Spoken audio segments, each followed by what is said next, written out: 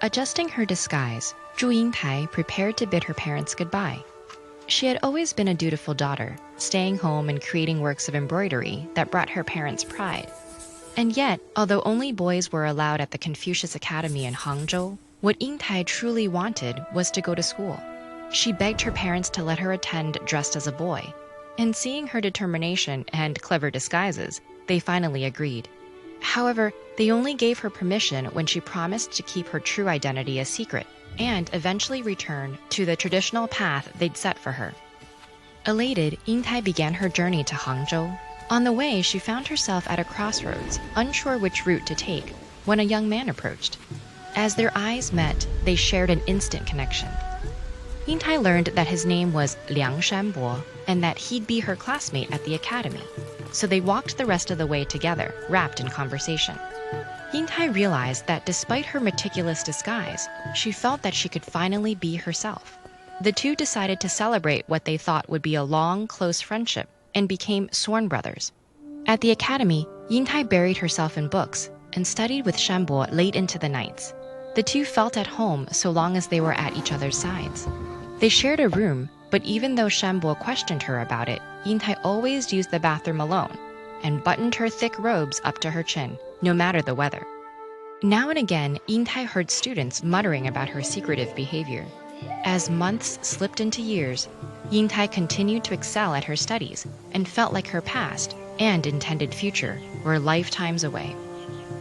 Yet the whispers grew louder, and after 3 years, she had no choice but to leave.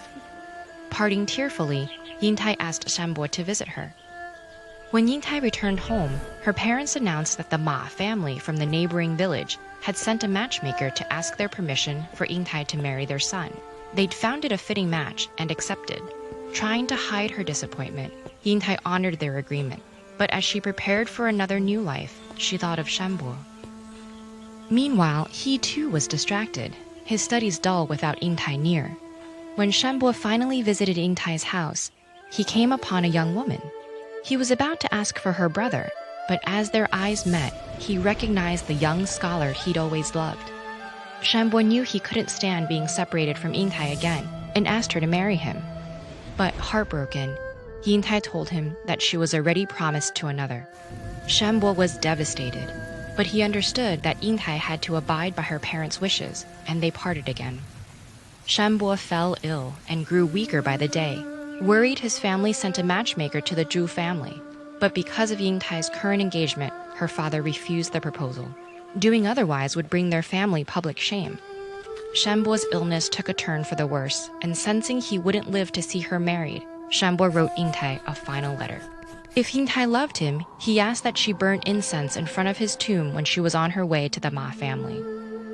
When Yingtai's wedding day came, it also felt like a funeral.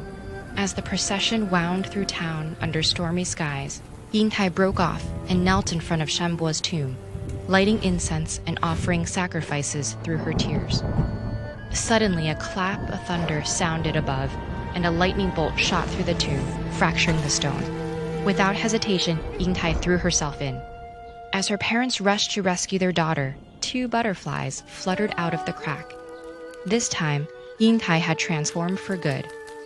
Finally free, she could float forever with Shanbo at her side.